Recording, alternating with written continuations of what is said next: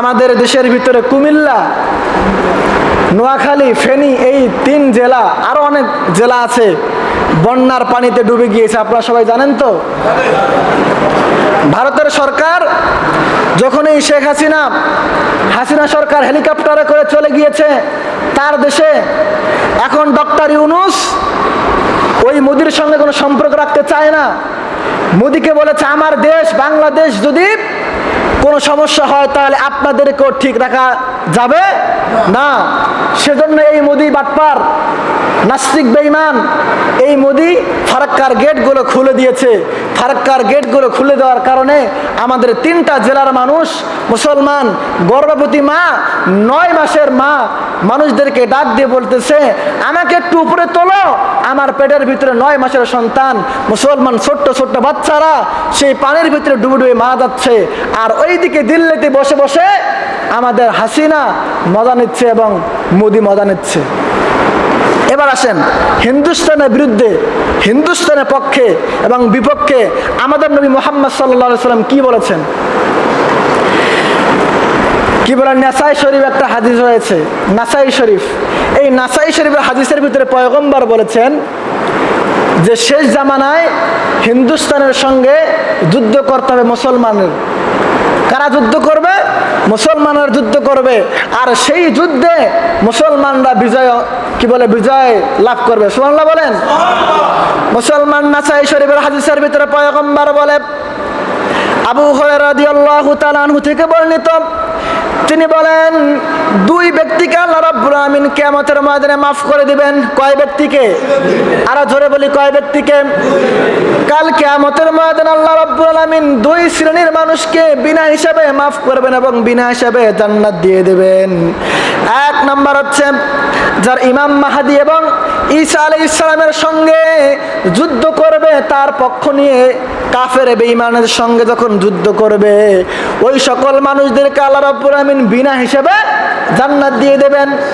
2 number হচ্ছে মুসলমান ভারতের বিরুদ্ধে, হিন্দুস্তানের বিরুদ্ধে যারা যুদ্ধ করবে এবং যুদ্ধ করে যারা লড়াই করে শহীদ হয়ে মারা যাবেন, ওদেরকে পয়গম্বর মুহাম্মদ সাল্লাল্লাহু আলাইহি সাল্লাম সুসংবাদ দিয়েছেন, হিন্দুস্তানের বিরুদ্ধে যারা লড়াই করে দুনিয়া থেকে বিদায় হয়ে চলে যাবেন, তাদেরকে কিয়ামতের ময়দানে আল্লাহ রাব্বুল আমিন বিনা হিসাবে জান্নাত দিয়ে দিবেন। মুসলমান গাজওয়ায়ে হিন্দ নামে একটা যুদ্ধ হবে মুসলমান। এই আমাদের দেশের ভিতরে মুসলমান, আমাদের জামানার ভিতরেও হতে পারে। আর কয়েকদিনের ভিতরে মুসলমান গাজওয়ায়ে হিন্দ নামে একটা যুদ্ধ হবে ভারতের বিরুদ্ধে। ভারত মুসলমান লক্ষ লক্ষ মানুষকে মারবে। এখন যেমন মারতেছে আমাদের নোয়াখালীর মানুষদেরকে, ফেনীর মুসলমানদেরকে। মুসলমান পানি আর পানি, ফেনীর মানুষেরা পানির কারণে ছাদের উপরে দাঁড়ায় আছে মুসলমান, ছাদ ভেদ করে পানি যাচ্ছে মুসলমান। আর আপনি বসে বসে ভারতের পক্ষে কথা বলেন। আরে যখন স্বাধীনতার সময় ভারত আমাদের বন্ধু ছিল, এরকম বন্ধু দরকার নাই যেই বন্ধু আমার মুসলমান ভাইদেরকে মারে। এরকম বাটপার মুসলমান এবং এইরকম বাটপার বন্ধু আমার দরকার নাই। এই বঙ্গবন্ধু চেনেন? স্বাধীনতার স্থপতি, যার কারণে নাকি দেশ স্বাধীন হয়েছে। এই বঙ্গবন্ধুর কারণে এই বাংলাদেশ আজকে ভারতের কাছে গোলাম হয়ে গিয়েছে। বাংলাদেশকে মনেই করে না ভারত, কারণ বাংলাদেশ ছোট্ট দেশ। এই বঙ্গবন্ধুর কারণে, মুজিবের কারণে মোদির বাচ্চারা, ভারতের বাচ্চারা আমাদের দেশটাকে মনে করে না।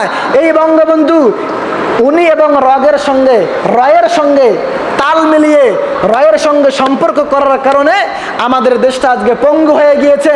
আমাদেরকে আজকে মুসলমান আলুর জন্য, পেঁয়াজের জন্য, গরুর জন্য মুসলমান ভারতের দিকে তাকায় থাকতে হয়।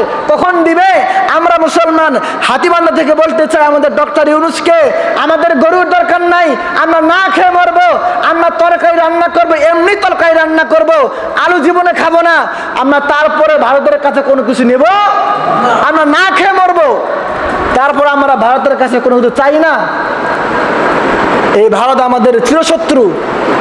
আপনি মনে করতেছেন স্বাধীনতার সময় ভারত আপনাকে সাহায্য করেছে? কিসের জন্য সাহায্য করেছে? এই দেশটাকে ভারত বানানোর জন্য সাহায্য করেছে মুসলমান। ভারতে মুসলমান লক্ষ লক্ষ মানুষ আছে, হিন্দু আছে, কিন্তু মুসলমান বাংলাদেশের মতো একটা শক্তি নাই। সেই শক্তির নাম বলতে পারবেন? হ্যাঁ, বলেন তো কেউ। ভারতে লক্ষ লক্ষ মানুষ, হাজার হাজার মানুষ, ভারতের আর মুসলমান বাংলাদেশের মতো 3-4 গুণ বড় দেশ ভারত, ঠিক কিনা? এতগুলো মানুষ, কিন্তু বাংলাদেশের মানুষের কাছে একটা সম্পদ আছে, সেই সম্পদটার নাম কি? ইমান আছে। ইমান আছে, কি আছে? ইমান আছে। আল্লামা দেলোয়ার হোসেন সাঈদী বলেছিল, আরে ভারত, তোমাদের কাছে অনেক অস্ত্র আছে, অনেক কিছু আছে, কিন্তু আমাদের বাংলাদেশের মানুষের কাছে এমন একটা ইমানি পাওয়ার আছে, এই ইমানি পাওয়ার নিয়ে যখন আবার বাংলাদেশের মানুষ 71-এর মতো যখন আবার যুদ্ধ করার জন্য ডাক দিবে এবং যাবে, তোমাদের মতো ভারত বাংলাদেশ কখনোই পারবে, কখনোই পারবে না। সেজন্য মুসলমান, আপনি যেখান থেকে পারেন আপনি ভারতের বিরুদ্ধে কথা বলেন, ভারতের বিপক্ষে আপনি স্লোগান তোলেন। মুসলমান এখন মনে করতেছেন আরে হুজুররা মরবে না। মুসলমান বেঈমানের যখন মারে, বেঈমানের যখন মানুষদেরকে কচুকাটা করে, দেখে না কোনটা মুসলমান, কোনটা হিন্দু, কোনটা বৌদ্ধ, তারা সবাইকে গণহত্যা করে মুসলমান। সেজন্য মুসলমান আওয়াজ তুলবেন না তো মারা পড়ে যাবেন, আর আওয়াজ তুলবেন, তিমানি আওয়াজ তুলবেন তো ইসলামের বিজয় হয়ে যাবে। আল্লাহ আমাদের সবাইকে বুঝার এবং আমল করবার তৌফিক দান করেন। সবাই বলে আমিন।